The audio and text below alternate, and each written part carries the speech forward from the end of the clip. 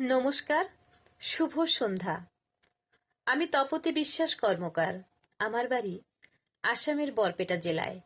সূচক 781315। আমি একটুখানি চেষ্টা করছি আমার স্বরচিত একটি লেখা পাঠ করবার জন্য। লেখার শিরোনাম আমার ইচ্ছেগুলো কাল্পনিক। কলমে তপতী বিশ্বাস কর্মকার। যদি কখনো আকাশটাকে একেবারে কাছে পেতাম, ঠিক যতটা কাছে পেলে রং তুলি দিয়ে নিজের মতো করে সাজানো যায়, তাহলে টেনে নিয়ে শুধু নীল নয়, পছন্দের সব রং দিয়ে ভরে দিতাম তার বুক।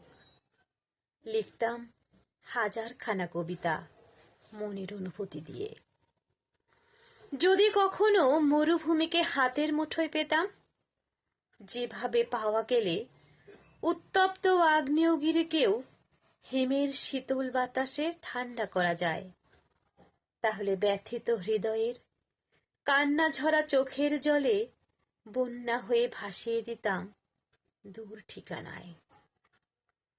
ইচ্ছে করে পৃথিবীর সব থেকে উঁচু পর্বতের চূড়াকে সাগরের গভীর জলে ভিজিয়ে দিয়ে স্পর্শ করে বলতে, যুগ যুগ থেকে আমি যে তোমায় ভালোবাসি, সে কথা কি কোনোদিন তুমি বুঝতে পারোনি?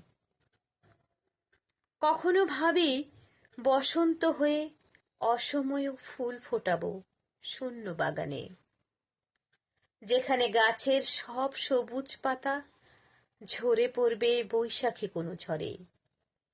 আমার ইচ্ছেগুলো কাল্পনিক হলেও নিজের কাছে বড্ড দামি, তাই তো সেসব স্বপ্ন দেখেই বেঁচে থাকি আমি।